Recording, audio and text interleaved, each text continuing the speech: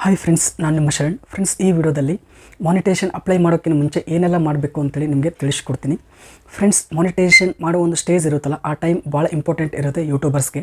ಯಾಕೆ ಅಂತಂದರೆ 6 ತಿಂಗಳು, 1 ವರ್ಷ, 2 ವರ್ಷ ಇಷ್ಟು ಟೈಮ್ ತೊಗೊಂಡು ವೀಡಿಯೋಸ್ನ ಅಪ್ಲೋಡ್ ಮಾಡಿ ಕಂಟೆಂಟ್ನ ಇಂಪ್ರೂವ್ ಮಾಡಿಕೊಂಡು ವ್ಯೂಸ್ನ ಪಡ್ಕೊಂಡು ವಾಚ್ ಟೈಮ್ ಕಂಪ್ಲೀಟ್ ಮಾಡಿ ಸಬ್ಸ್ಕ್ರೈಬರ್ಸ್ನ ಕಂಪ್ಲೀಟ್ ಮಾಡಿರ್ತೀರ. ಮಾಡಿ ನೀವು ಮಾನಿಟೈಸೇಷನ್ಗೆ ಅಪ್ಲೈ ಮಾಡ್ತಾ ಇರ್ತೀರ. ಮಾಡಿದ ಆದಮೇಲೆ ಮಾನಿಟೈಸೇಷನ್ ಆಗಲಿಲ್ಲ ಅಂತಂದರೆ, ಏನಾದರೂ ಪ್ರಾಬ್ಲಮ್ ಇತ್ತು, ಮಾನಿಟೈಸೇಷನ್ ಆಗಲಿಲ್ಲ ಅಂತಂದರೆ ಭಾಳ ಬೇಜಾರಾಗ್ಬಿಡುತ್ತೆ. ಇಷ್ಟೆಲ್ಲ ಕಷ್ಟಪಟ್ಟಿವಿ ಆದರೂ ಕೂಡ ಮಾನಿಟೈಸೇಷನ್ ಆಗಲಿಲ್ಲ ಅಂಥೇಳಿ ಭಾಳ ಬೇಜಾರಾಗ್ಬಿಡುತ್ತೆ. ಅದಕ್ಕೋಸ್ಕರ ಈ ಒಂದು ವಿಡಿಯೋ ಕಂಪ್ಲೀಟಾಗಿ ನೀವು ನೋಡಿ, ಸ್ಕಿಪ್ ಮಾಡ್ದೇ ನೋಡಿದರೆ ನಿಮಗೆ ಭಾಳ ಯೂಸ್ಫುಲ್ ಆಗುತ್ತೆ. ನಿಮ್ಮ ಚಾನಲ್ ಬೇಗ ಮಾನಿಟೈಸೇಷನ್ ಆಗುತ್ತೆ, ಯಾವುದೇ ಮಿಸ್ಟೇಕ್ಸ್ ಇಲ್ಲದೇ. ನೀವು ನೋಡಿರ್ತೀರ ಭಾಳಷ್ಟು ಜನದ ಮಾನಿಟೈಸೇಷನ್ ಆಗಿರಲ್ಲ ಚಾನಲ್.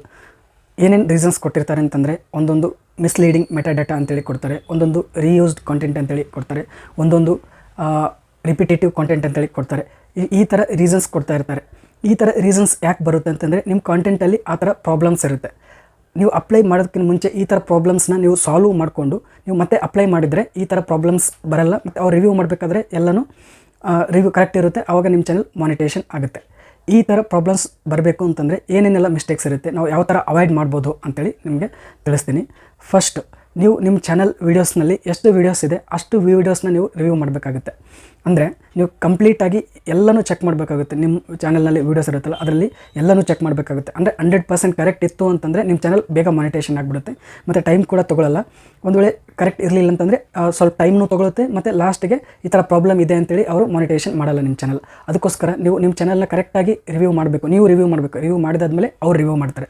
ಮಾನಿಟೈಸೇಷನ್ ಅಪ್ಲೈ ಮಾಡಿದಾದ್ಮೇಲೆ ಏನೇನೆಲ್ಲ ಪ್ರಾಬ್ಲಮ್ಸ್ ಇರುತ್ತೆ ನೀವು ನೋಡಿ. ನಾನು ಹೇಳ್ತೀನಿ, ಒಂದೊಂದಾಗಿ ಹೇಳ್ತಾ ಹೋಗ್ತೀನಿ. ಈ ಥರ ಪ್ರಾಬ್ಲಮ್ಸ್ ಇದ್ದರೆ ನಿಮ್ಮ ಚಾನಲ್ ಬೇಗ ಮಾನಿಟೈಸೇಷನ್ ಆಗಲ್ಲ. ನಾನು ಕೂಡ ಹಾಗೆ ಮಾಡಿದೆ. ನಂದು 2 ಚಾನಲ್ ಇದೆ. ನೀವು ನನ್ನ ಚಾನಲ್ನ ಸಬ್ಸ್ಕ್ರೈಬ್ ಮಾಡಿದ್ದೀರಾ ಅಂತಂದರೆ, ಇಲ್ಲಾಂದರೆ ನನ್ನ ಚಾನಲ್ ಫಾಲೋ ಮಾಡ್ತಾ ಇರ್ತೀರ, ನನ್ನ ಚಾನಲ್ ವೀಡಿಯೋಸ್ ನೋಡ್ತಾ ಇರ್ತೀರ ಅಂತಂದರೆ ನಿಮ್ಗೆ ಗೊತ್ತಿರುತ್ತೆ. ನಂದು 2 ಚಾನಲ್ ಇದೆ. ಇದು ಒಂದು ಚಾನಲ್, ಇನ್ನೊಂದು ರಂಗೋಲಿ ಲವರ್ಸ್ ಅಂತೇಳಿ ಇನ್ನೊಂದು ಚಾನಲ್ ಇದೆ. 2 ಚಾನಲ್ಗೆ ನಾನು ಬೇಗ ಮಾನಿಟೈಸೇಷನ್ ಅಪ್ಲೈ ಮಾಡಿದೆ ಮತ್ತು ಬೇಗ ಮಾನಿಟೈಸೇಷನ್ ಆಯಿತು. ರಂಗೋಲಿ ಲವರ್ಸ್ ಚಾನಲ್ 24 ಅವರ್ಸಲ್ಲಿ ಆಯಿತು. ಈ ಚಾನಲ್ ಸ್ವಲ್ಪ ಟೈಮ್ ತೊಗೊಳುತ್ತು. ಅಂದರೆ ಫಿಕ್ಸಿಂಗ್ ಆ್ಯಡ್ಸೆನ್ಸ್ ಆ ಪ್ರಾಬ್ಲಮ್ ಇತ್ತು. ಅದು ಸಾಲ್ವ್ ಆದಮೇಲೆ ಒಂದೇ ದಿನದಲ್ಲಿ ಅದು ಕೂಡ ಮಾನಿಟೈಸೇಷನ್ ಆಯಿತು.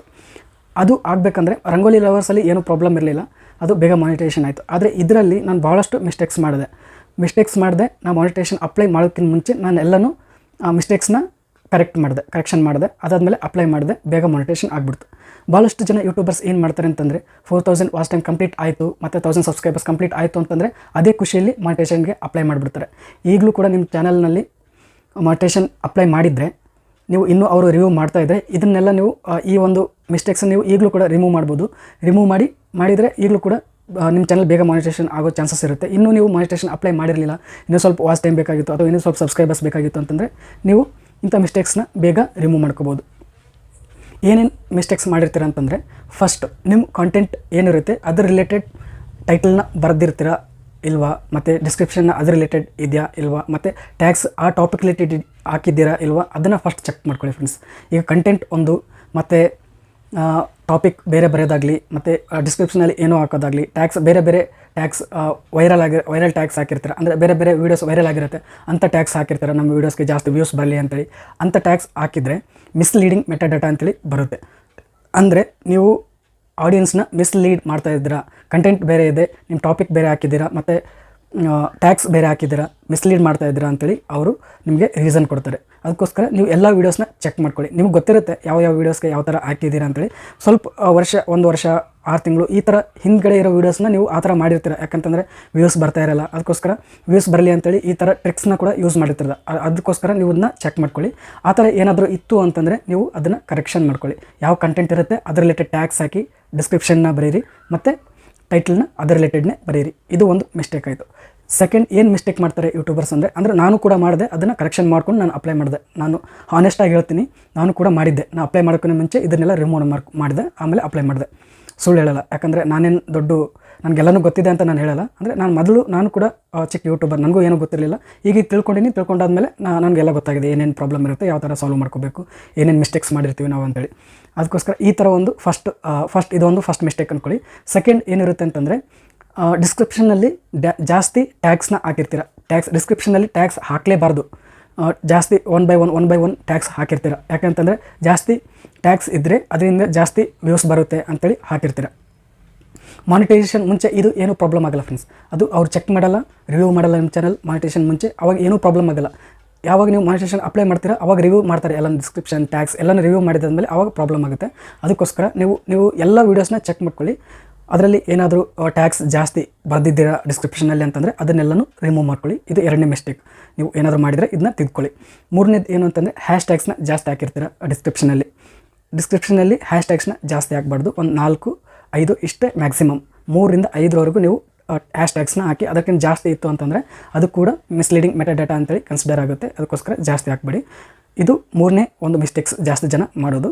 ನಾಲ್ಕನೇದು ಏನು ಅಂತಂದರೆ ಟ್ಯಾಗ್ಸ್ನಲ್ಲಿ ಟ್ಯಾಗ್ಸ್ ಬಾಕ್ಸ್ ಇರುತ್ತಲ್ಲ, ಟ್ಯಾಗ್ಸ್ ಹಾಕೋದು ಇರುತ್ತಲ್ಲ, ಅದರಲ್ಲಿ 500 ಕ್ಯಾರೆಕ್ಟರ್ಸ್ನ ಹಾಕ್ಬೋದು, ಬರಿಬೋದು.